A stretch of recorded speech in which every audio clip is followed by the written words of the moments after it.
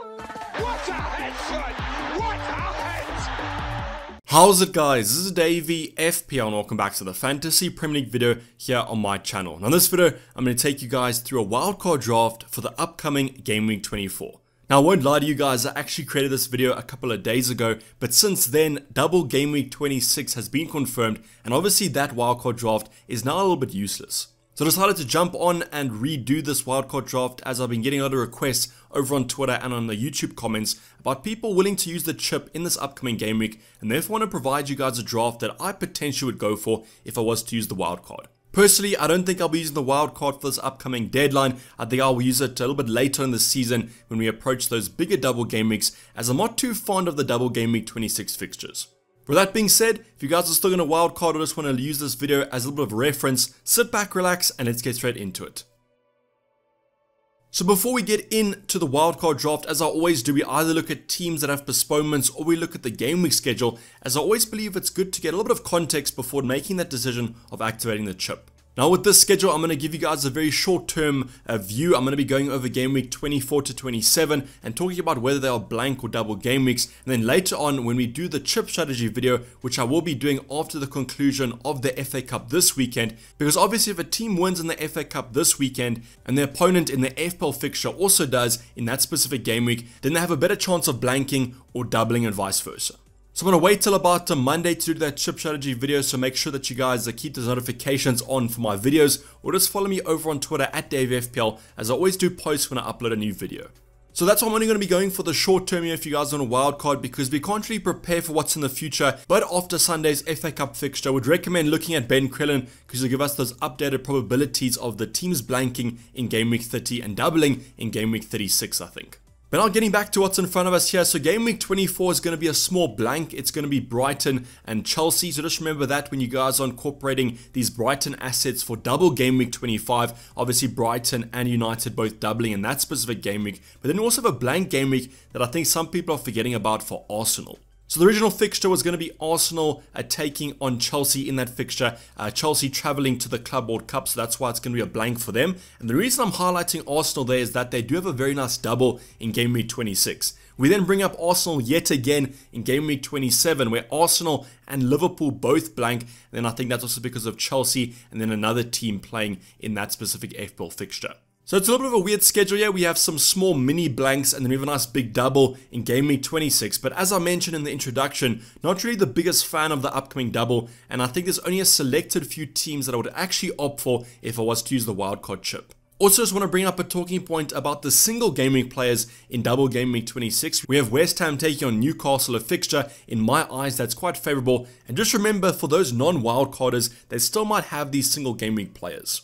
Now I guess we could do a mini chip strategy kind of talking point here. I think if you guys are going to wildcard, I always love to do a wildcard plus a bench boost combination. And I do think double game week 26 gives you that opportunity with those single game week players I've just mentioned. I also would pay attention to the double in 25 with those Brighton and United assets, just because only any non-chip users will be able to bring in those Brighton assets, and you guys can actually go for some more attacking options and really attack or be aggressive in the upcoming doubles. But finally, please just pay attention to that Arsenal blank in 25 and 27. Don't want to have any tears here if you guys use the wild card and then aren't able to field a full starting 11 in those blanks. Obviously, a counteract to that is using a chip in game week 27. If you guys want to use a free hit, you could potentially look at that. But I would say if you're going to use an early wild card, maybe just stick to using only one chip in the foreseeable future. But now getting onto the actual game week 24 wildcard draft, and I'm first going to give you guys an indication of should you wildcard or should you not. One thing that I always like to do is what I would do is go over to your team or your transfer page and make the team that you would require on a wildcard draft. Maybe pause the video right now so that I don't sway you with any decisions. Make your own wildcard draft, see how many players or what hit you would be required to get there. And if you're going to be taking about 8, 7 or more, I would recommend considering using the chip. As I mentioned in the introduction, personally, I won't be going for the strategy. I don't really favor the double game week 26 fixtures too much. I think I can navigate the blanks pretty adequately. And remember that I only have one free hit. So if you guys have 2 free hits, you're given more flexibility in your chip strategy. I think the current plan for me is that there's a big blank coming up in game week 30. Might free it in that and then wildcard after. Or maybe I'll dead end my team heading into that blank game week 30. And then I can wildcard straight after it, saving the free hit. And then we'll wildcard between game week 31 and 35, and then in game week 36, Ben Krillin is predicting a massive double game week, and therefore I'll use the bench boost on that one. Currently, my thinking is to use the triple captain on Mo Salah in double game week at 26. Norwich and then also Leeds at home is too good to ignore, and I think it slightly edges me away from using the bench boost. But the wildcard is super situational, the chip strategy is super situational, so I would take a very good reflection and analysis on your own team and decide what's best for you. I will try and come up with some strategies on Monday after the conclusion of the FA Cup games, as at least then it's a little bit easier to plan as we get some more clarity of who's potentially going to blank and who will double. But now that we've got all the admin out the way, let's get straight into this wildcard draft for game week 24. I'm going to start off with the goalkeeper pairing, which did change from my previous video. I opted for Ramsdale and then also Sanchez. Now I do think that you guys can afford to go for this double up just because you are taking advantage of the upcoming double game weeks. So having a more expensive second goalkeeper is not going to be that bad in my opinion. The other factor with this is that I think most of us will be going for some budget forwards, and therefore some value is saved even though we've gone for quite a stacked midfield. So why Ramsdale and Sanchez? Well, I think these two still provide some good value for money. You could also go for a Ramsdale and a David De Gea, but I think I'd rather save that 0.5 and go for the Brighton asset because I do think Brighton defensively have looked quite strong. So what you guys will do is play Ramsdale this week, Brighton blank, then next week you can play Brighton's double of Sanchez where he has a relatively good double. And then the following game week 26, I do favor Ramsdale's fixtures, to be honest. I think from a defensive point of view, probably some of the best fixtures on paper. So then you can play Ramsdale, and then the game week after, you can go back to the Brighton side of things.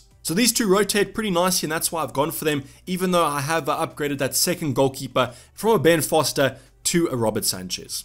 We then head into the defensive department where it looks pretty stacked, to be honest. I've gone for the double up in that Liverpool defense, and you know what that means? It means that Diogo Jota is out of my midfield, and I've gone for Andy Robertson instead. I just do really favor the Trent-Robbo combination, even though Robertson does have a potential rotation with the Tsimikas, but I also do favor him over a Jota just because with Luis Diaz in the new squad, maybe there could be some rotation in that forward department. Liverpool's double game week, as you already mentioned with the triple captain for Mo Salah, is no surprise here. We've got Leeds and we also have Norwich at home in the same game week. The only negative fact about that is that 4 days after that Leeds fixture at home, they do have the Carabao Cup final at Wembley taking on Chelsea, so there might be occasional rotation in that fixture. But even that is not enough to put me off those fixtures. That's why Trent-Robbo coming straight on my team, and I think this will be a nice little differential over the non-chip users. The next defensive player is a pretty set and forget player, and one of the most nailed Man City options to go for in that defensive department, and he has attacking and defensive threat. Yes, it's João Cancelo, who's pretty much the best value per million player in the game this season. So what's not been said about Cancelo already, so I'm going to move swiftly on to Cucurella, a nice little differential with that Brighton double up in defense for game week 25. Now the nice thing I like about Cucurella is that he provides that 5.1 price bracket where a lot of defenders actually fall either below or slightly above or actually on price with them, that you can do the switch before double game week 26. So I think if you guys are wildcarding, definitely have to take advantage of the short term, and that's why I think bringing in a double up in that Brighton defense is worth it, and you can always ship them out for game week 26 doubles. Now, double game week 26 was in mind for me when I chose Ben White. There are a couple of other options, a Tierney, you could also go for a Tomiyasu, those sort of options. I just think Ben White at 4.4 provides the best value for money for me, and also I couldn't really afford any upgrades on him. So you're kind of going for a double up in game week 25 Brighton assets, you want to double up in those Arsenal assets, and I think that's perfectly fine to do as you are getting some nice double game week players.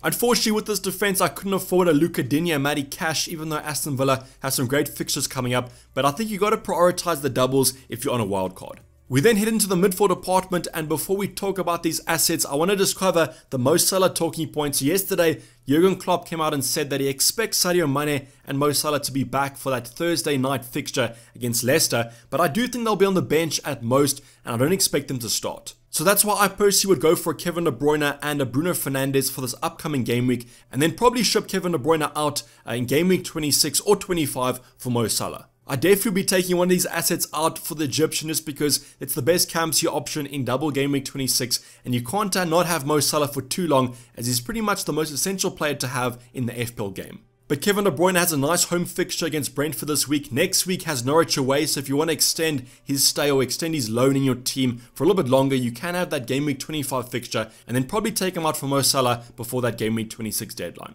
Bruno Fernandes, on the other hand, has a lovely double in Game Week 25. Probably going to captain him, to be honest, in that next game week. And I do think he's looking on better form, even though last night, Man United did lose to Middlesbrough at home. Now, I do personally prefer Bruno Fernandes to Ronaldo. I just think the Portuguese midfield is looking better than the Portuguese forward, and his form seems to be slightly better, and he is definitely more involved than Ronaldo in that attack. We then head on to a player that only has a single game week in double game week 26, so might be a little bit crazy going for him, but I think when you see it's Jared Bowen and the form he's had over these prior game weeks, you're understanding against Newcastle, he could even outperform some double game week players. Definitely one of the more essential players to have. I do think from now to the end of the season, he'll prove good value for money as West Ham look to secure a European position. We then have Conor Gallagher, a player that was mentioned quite a lot in my last video looking over double game week at 26's announcement. Now yes, I do understand that Conor Gallagher has only a single game week in double game week 26 as he can't play against his parent club Chelsea, but if you guys did watch that video I mentioned that to me that's a Crystal Palace single game week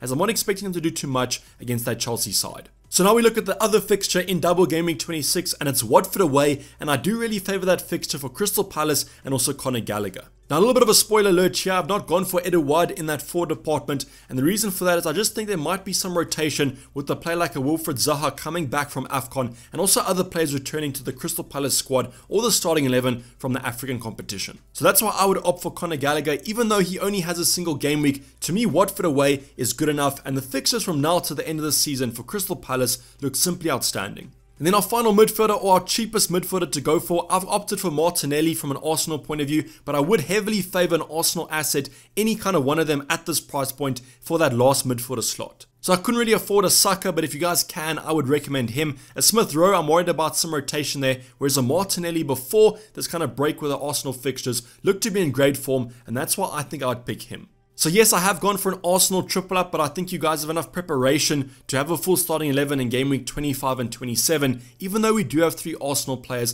that will probably be on our bench for those game weeks. And now finally, the final department to go over is the forwards, are the most lackluster options in my opinion, and that's why you guys will see I have opted for yet again the Watford double up.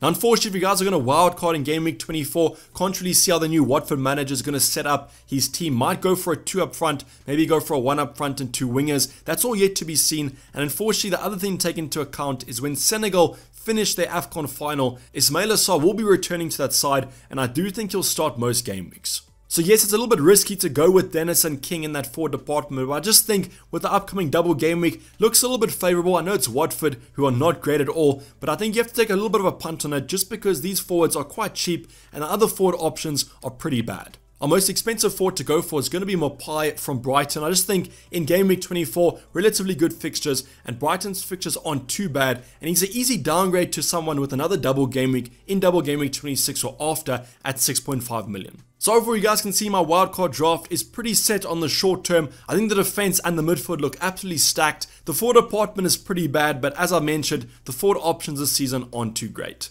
Let me know in the comments down below what you think of this draft. Probably already roasting me in the comments. Post your guys' own wildcard drafts. If you are using the wildcard chip, let me know. I actually want to see how many people are considering using it this game week, as I'm pretty much going to use it a little bit later on in the season.